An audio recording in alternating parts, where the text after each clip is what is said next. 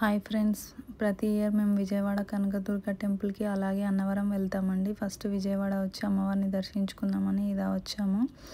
ఇక్కడ విజయవాడ వచ్చిన తర్వాత ఇక్కడ కార్తీక దీపాలను వదిలిన తర్వాత అమ్మవారికి నేను శారీ పెడదామని నదిలో శారీ వదిలి పట్టు చీర అమ్మవారికి పెడదాం అనుకున్నామండి. ఈ విధంగా అన్నీ ప్రిపేర్ చేసుకున్నాం. నది దగ్గరికి వచ్చేసి నేను అమ్మవారికి చీర ఇలా నదిలో వదులుదాం అనుకున్నానండి. ప్లేట్ పెట్టుకొని అందులో అమ్మవారికి శారీ, రెడ్ కలర్ అంటే ఇష్టం కాబట్టి రెడ్ కలర్ శారీ, జాకెట్ బట్ట, తమలపాకులు, పసుపు, కుంకుమ, తర్వాత వక్కలు, పువ్వు, అలా అంటే నాకు తెలిసినంత వరకు నాకు వచ్చినట్టుగా వక్కలు, ఖర్జూర పండ్లు, గాజులు ఈ విధంగా సెట్ చేసుకున్నాను. అలాగే కార్తీక దీపాలను వదలడానికి కూడా పసుపు, కుంకుమ, పువ్వు, దీపాలు అక్కడ ఇస్తారండి. నది ముందు ఉంటారు.